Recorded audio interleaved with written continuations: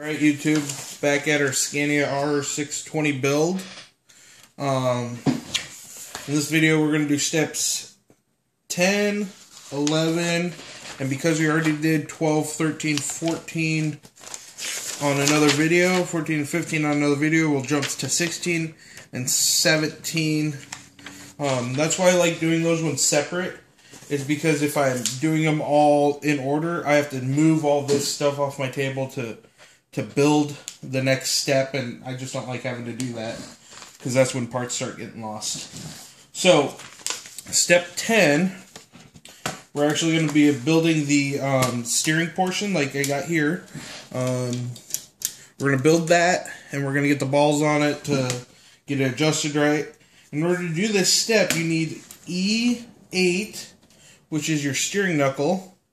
You're going to need this pin, MB7, out of, metal bag B, and then you're going to need a little E-clip out of the same bag. What you do is you take this guy with long end sticking forward. There's the short end in the back, long end in the front. With long end sticking forward, you take the pin, stick it through the bottom,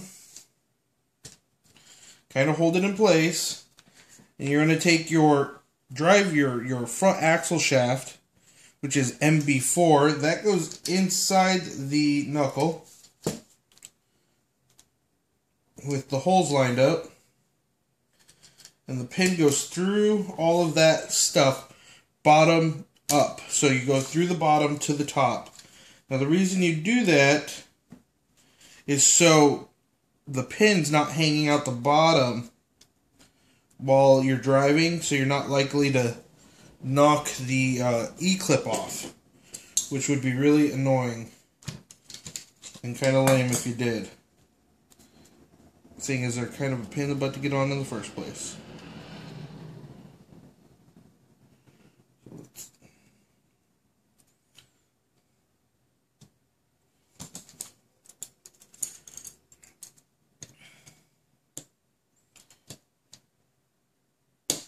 So there we go. That's the front end. And once you've got that together, you take your one little metal ball end, which is going to be out of your metal bag A, part 12. It's a 5x9 metal ball end. That goes in the front hole, the long side hole, with one of your black nuts on the bottom. Just a 3mm black nut. It's the one that fits into the slot. You can't get a nylock in there, so use the black one like they say, and then Loctite it. Make sure you got it nice and tight. We're going to flip the chassis around for our next step. We're going to build our rear spring pack real quick. Okay. So that's going to go together. You just take your spring, and it's going to go together kind of like the front, except we've got extra bits of plastic. You're going to take F2 and F8. So you take your F2 first, and that goes over the top. Your F8 goes on the bottom, and it has, I don't know if I'm going to be able to get it. See, it has little edges right here. Oh, there you go. These edges go up and hold the spring so the spring doesn't turn. You're going to take a U-bolt, drop that through the valleys. There's two little valleys right here. The U-bolt goes through that. And then you take your aluminum plate, that goes on. And then you just lock nut it in place.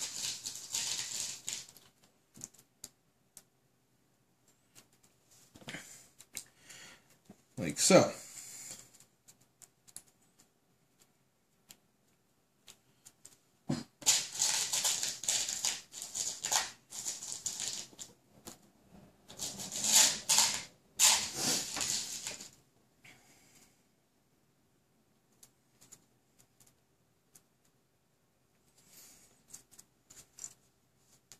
And that's how you build your spring pack. Pretty simple, straightforward. Let me build the other one off camera real quick, and we will assemble this onto this frame. So give me 1 second, guys. I'll be right back. Alright, we're back, guys. So the final step of building our spring pack is just after you've actually set your mount here, is to put your shock mounts on.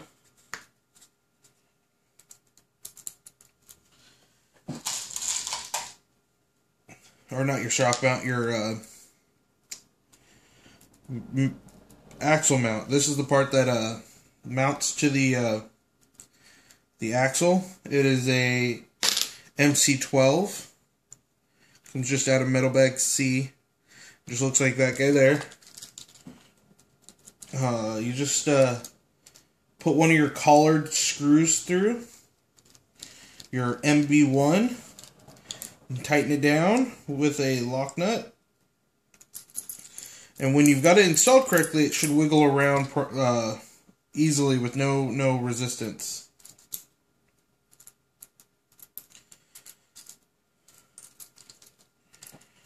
Alrighty, we'll do this last one, and then we'll mount these to the chassis, which is the final step in step 11.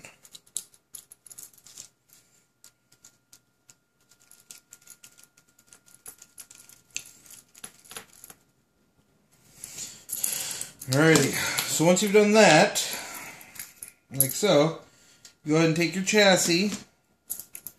I do this upside down, right side up. It don't really matter. They say to do it right side up, so we'll just do it their way they say. You take this metal sleeve, this brass or round bushing they're calling it, that goes into the hole. Here into this hole. That bushing is metal bag C, and it's part number 4. You take the long screw they give you in metal bag C. That goes all the way through. And then on the other side you do the same. You just put the bushing in. Now when you're doing this, the bushing side, the ring side, is out away from the chassis. It's not. They're not using it as a spacer. So, once you've done that, you just put a lock nut on it. And that's how you hang the springs.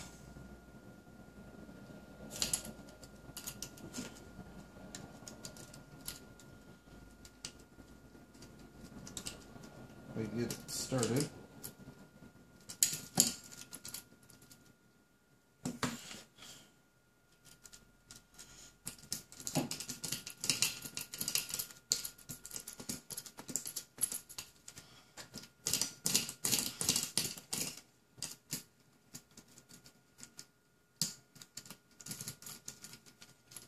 There we go.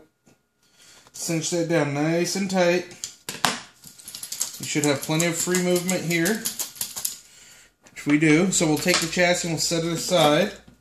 We'll flip through. Like I said, we've already done 12, 13, 14 in another video.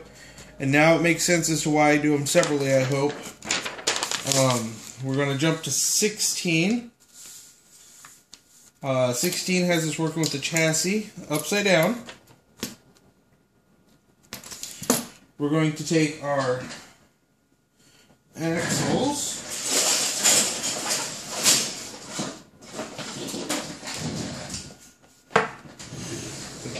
throw it on the ground. Our axles, we're going to take this guy here, which is, you should have 4 of them, which is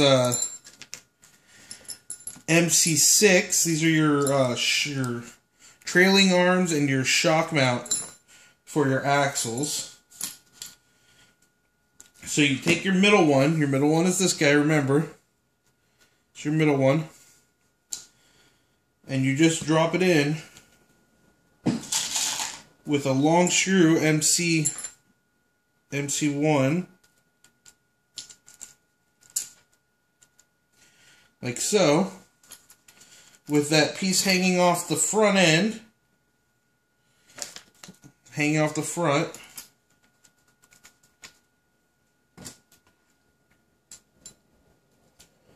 And that screws into that shock mount we put on earlier. So you end up with something that looks like this. Okay? Loctite.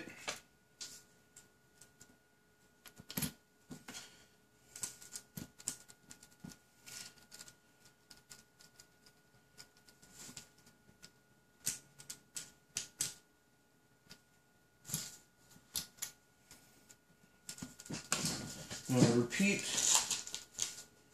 on all 4 of them.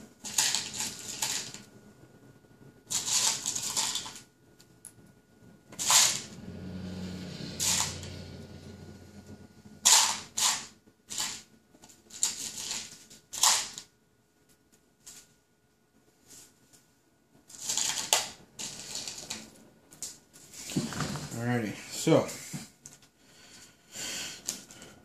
I'm going to do this real quick off video. Just install these 4 screws to make it so I can continue building. So give me 1 second, guys. We'll be right back with you. Alright, guys, we're back. You can see our axles are mounted. I've started mounting up our trailing arms. There's 4 of them. They just go together with these MA1s. They're the longer version of the collared screws. They do go on in a certain way. This nub that kind of sticks out right here, this nub right here, kind of hard to see, that goes into the chassis in the center plate that is in between your 2 axles and the 2 holes that are there, and then that just gets a flange nut. Now they do that. They put them on in this way with the nub out, or in. I mean, with the nub in, because that little nub acts as a spacer. So I'll show you in just a sec. Let me get the last nut in. So you can see, whoop, as I move the camera, you can see right here, that little nub is acting like a spacer, which allows this piece to fall into this hole. If I put the axle in the right place, like so. On the back, you do note that these brackets are hanging off the back side, where our front ones are hanging off the front side. So just make sure that you're following along on that step, that they're aligned correctly, so everything fits and aligns up right. So once you've got those in, don't tighten anything up yet, but go ahead and put your rear flange, or your rear collared screw. Go ahead and put that in place. There are going to be 4 of the MB1s. They look like those guys there. They're the shorter ones with the collar. So get all 4 of those in.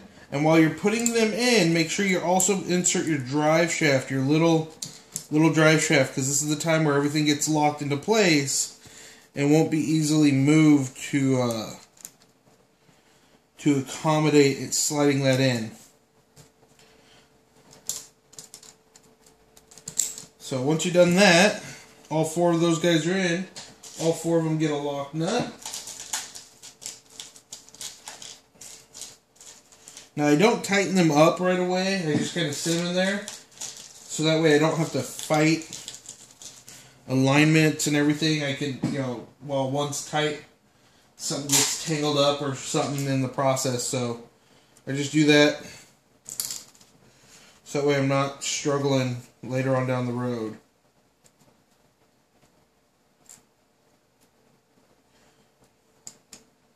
Now this step would be a lot easier if you could do it before you you put the drive shaft on, or before you put the axle on, because the nut is kind of inconveniently placed. So you have to use that little wrench they give you to put it on, put the nut on, to hold the nut while you install it. Which sometimes can be a bit of a bear. Sometimes it's super easy.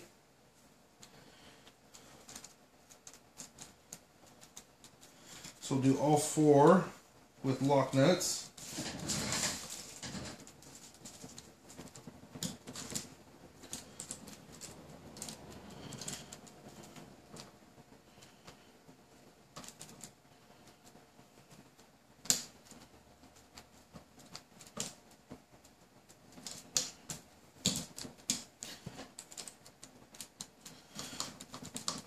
And again, make sure your nut or your screw is seated all the way through.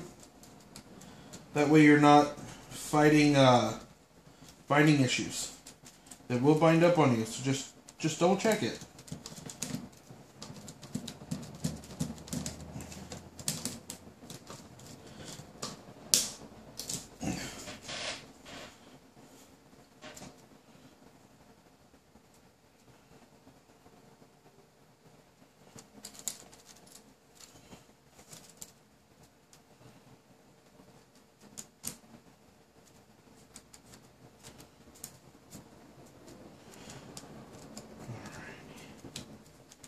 So our last one. Voila, got everything tight. Now just go through and tighten up your flange nuts. And like I said, I do this mainly because everything, once you start tightening everything gets, well, tight. And your tolerances for getting things to wiggle into place get harder. So, voila, that is your rear axle assembly. Now, step 17 is our last step for the axle.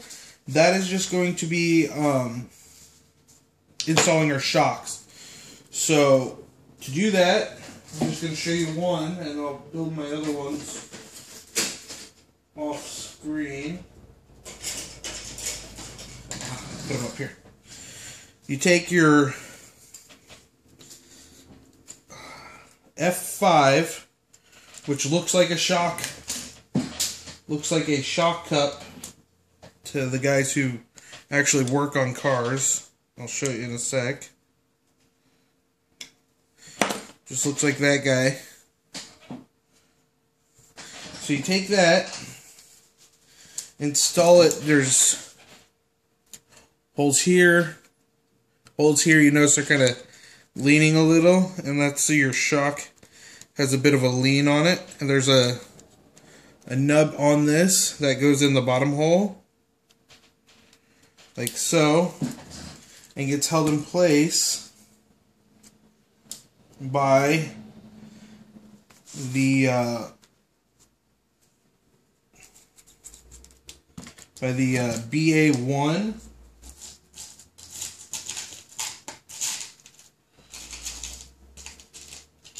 straight into the chassis. So make sure again that you're doing your spacer, your gray spacer, your MB3. They call it a dampener collar, it's a spacer, whatever. So your screw goes through the shock. Screw through the shock. Then your dampener collar goes on and into the shock, like so. A little Loctite, because this is a machine screw going into the chassis.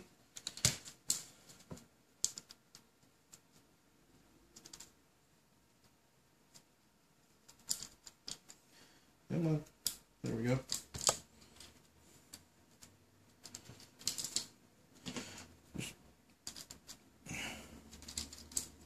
Get that screw started. And with it still kind of loose, and preferably not all bound up, like I just did,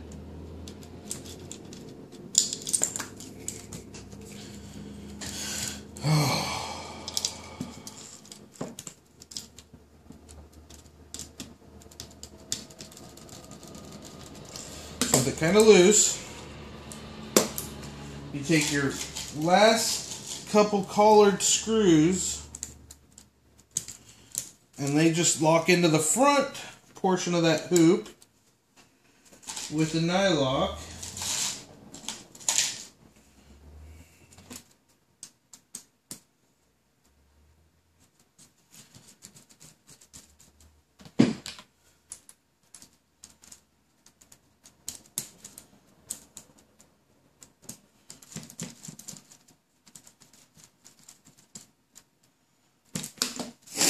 So you end up with something that looks like that.